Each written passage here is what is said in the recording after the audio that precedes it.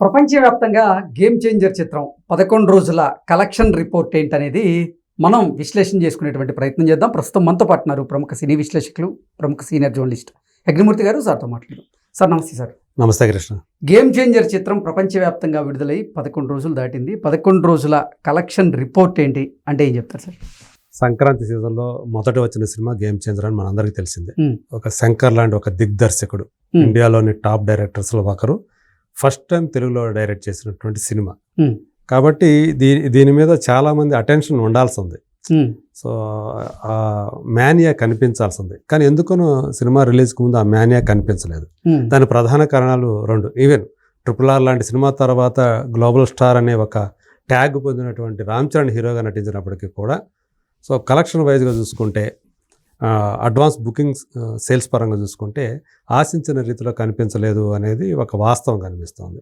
దీని ప్రధాన కారణం ఏంటంటే శంకర్ ఫామ్లో లేకపోవటం. సో ఆయన ఈ సినిమాకు ముందు రిలీజ్ అయినటువంటి భారతడు సినిమా ఏదైతే ఉందో అది డిజాస్టర్ అయింది. తమిళనాడులో కూడా భారీ డిజాస్టర్. సో దాంతో ఒక రకమైనటువంటి నెగటివిటీ ఒకటి మొదలైంది. అంటే ఆయన తీసిన విధానం, సినిమా డిజాస్టర్ అవ్వటం, కలెక్షన్ ఒక పక్కన ఉంచితే అసలు ఆయన డైరెక్షన్ మీదే చాలా నెగటివిటీ వచ్చింది. అది కూడా ఒక రకంగా రిఫ్లెక్ట్ అయింది చెప్పాలి. పైగా ఏంటంటే ఇది 3 సంవత్సరాల పైన అయింది సినిమా స్టార్ట్ అయ్యి గేమ్ చేంజర్. దీంతో దాని మీద ఉన్నటువంటి ఇంట్రెస్ట్ అనేది జనాల్లో లూజ్ అయిపోయిందనే చెప్పాలి. వచ్చినటువంటి ప్రమోషనల్ కంటెంట్ కూడా వాళ్ళు ఆశించిన రీతిలో లేదు అనేది ఒకటి. ఎందుకంటే వాళ్ళు బాగా మంచి ఎమోషనల్ యాక్షన్ థ్రిల్లర్ లాంటిది ఎక్స్పెక్ట్ చేశారు వాళ్ళు. సో ఇక్కడ చూస్తేనేమో ఆ ప్రమోషన్స్లోనే అంత అనిపించలేదు. ఏదో కొంచెం క్లాస్గా కనపడుతుంది. ఏంటిది అసలు బజ్జే లేకుండా, అదే మనం అంటుంది హైప్ కానీ బజ్ కానీ మనకు కనిపించలేదు అది. సో అదే ముందు బుకింగ్స్లో కూడా, టికెట్ బుకింగ్స్లో కూడా అదే కనిపించింది.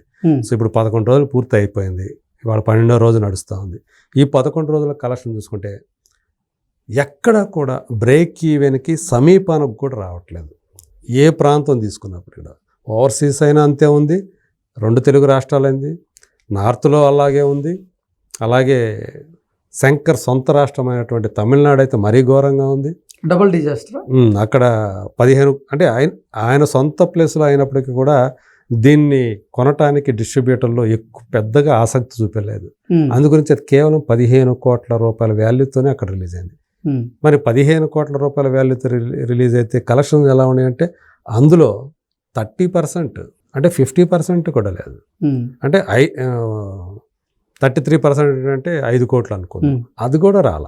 5 కోట్ల కంటే తక్కువే షేర్ వచ్చింది అనేది మనకి 4.5 కోట్లే వచ్చింది ఈ 11 రోజుల్లో అనేది మన ట్రేడ్ వర్గాల వాళ్ళు చెప్తున్నటువంటి మాట. దాన్ని బట్టి మనం అర్థం చేసుకోవచ్చు. సొంత రాష్ట్రంలో కూడా ఎవరు కూడా శంకర్ సినిమా అని చెప్పేసి పొలోమని వెళ్ళలేదు. వాళ్ళు కూడా దీన్ని మొత్తం కూడా వాళ్ళు సీరియస్గా తీసుకోలేదు. అసలు ఈ సినిమాని గేమ్ చేంజర్ అనేది శంకర్ సినిమా అనేదాన్ని వాళ్ళు అసలు సీరియస్గానే తీసుకోలేదని మనకు దీన్ని బట్టి అర్థమవుతోంది. మొత్తం వరల్డ్ వైడ్గా చూసుకుంటే 221 కోట్ల రూపాయల వాల్యూ తోటి ఇది రిలీజ్ అయితే ఇప్పుడు చూసుకుంటే దాంట్లో సగం కూడా రాలేదు వరల్డ్ వైడ్గా చూసుకున్నప్పటికి కూడా.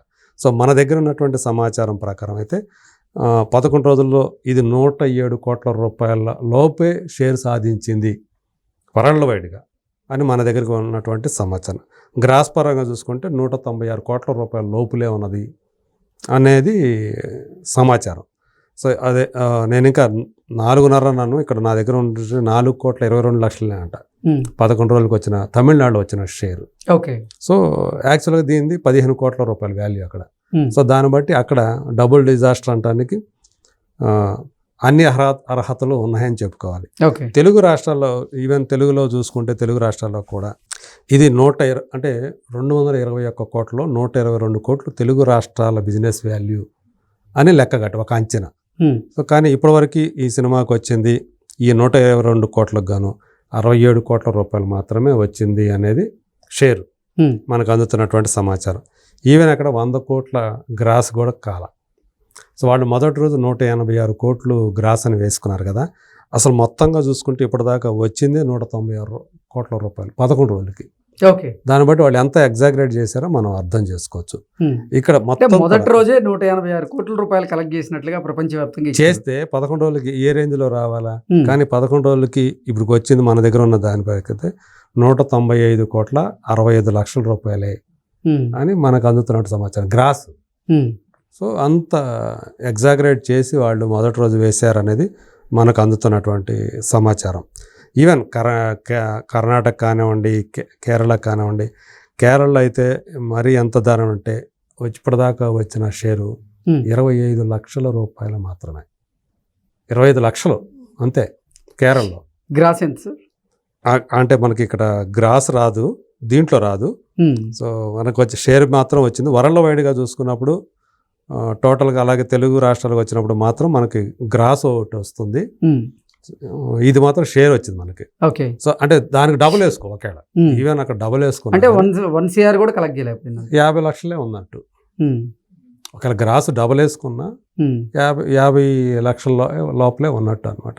సో అంత ఇదిగా డిజాస్టర్ అయిందని చెప్పేసి చెప్తూ ఉన్నారు. యాక్చువల్గా 2 కోట్లు దీని అక్కడ వాల్యూ. ఆ 2 కోట్లు ఎంత వచ్చిందో చూడండి మీరు. ఓకే. అంటే బ్రేక్ ఈవెన్ అయ్యే పరిస్థితి అయితే అక్కడ కూడా అంటే 10% అనమాట. 10 అంటే 12% లోపలే అక్కడ రికవరీ అనేది వచ్చింది. సో ఓవరాల్గా ఇప్పటివరకు చూసుకుంటే ఆ రికవరీ శాతం కూడా చూసుకుంటే 48% రికవరీ వచ్చింది వరల్డ్ వైడ్గా. ఓకే. అనేది మనకి ట్రేడ్ వర్గాల వాళ్ళు చెప్తున్నటువంటి సమాచారం. సో ఈవెన్ ఏదైతే దిల్ రాజుకి కానివ్వండి, లేదంటే రామ్ చరణ్కి కానీ ఒక బలమైనటువంటి ఏరియాగా ఉంటూ వస్తున్నటువంటి తెలంగాణలో చాలా తక్కువగా ఆంధ్రాతో పోలిస్తే ఆంధ్ర అనేది ఇంకా చెప్పాలంటే చాలా బలమైనటువంటి ఏరియాగా ఈ సినిమాతోటి నిలిచింది ఆయనకి. అంటే ఇప్పుడు ప్రపంచవ్యాప్తంగా గేమ్ చేంజర్ రిలీజ్ అయిన నేపథ్యంలో ఎక్కువగా కలెక్ట్ చేసినటువంటి ప్రాంతం ఏది సార్ గేమ్ చేంజర్? అది ఆంధ్ర ప్రాంతమే, సీడెడ్ కూడా కాదు. నెల్లూరు నుంచి ఇక్కడ దాకా మన వైజాగ్ అంటే ఉత్తరాంధ్ర దాకా ఉన్న ప్రదేశం ఏదైతే ఉందో 6 ఏరియాస్ కలిపి ఇది ఆంధ్ర ప్రాంతం అనుకుంటే ఇదే దానికి వెన్నుదనుగా నిలిచింది. ఎందుకంటే తెలంగాణ, రాయలసీమ 2 ఏరియాలు కలిపినా కూడా ఆంధ్రాలో కలెక్ట్ చేసిన దానికంటే కూడా తక్కువ. ఓకే. సో దాన్ని బట్టి మనం అర్థం చేసుకోవచ్చు ఆంధ్రానే ఎక్కువగా కలెక్షన్స్ వచ్చాయి.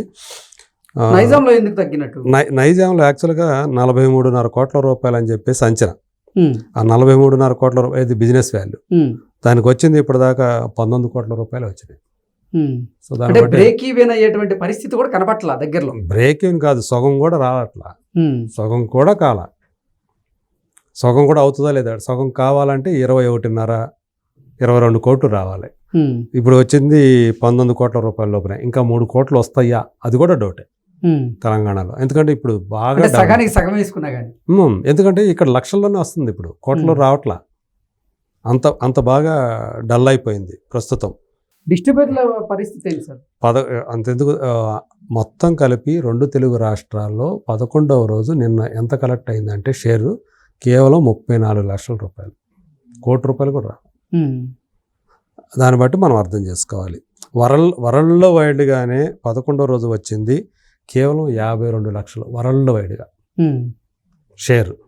అంటే వరల్డ్ వైడ్గా కూడా 1 CR కూడా కలెక్ట్ చేయలే షేరు.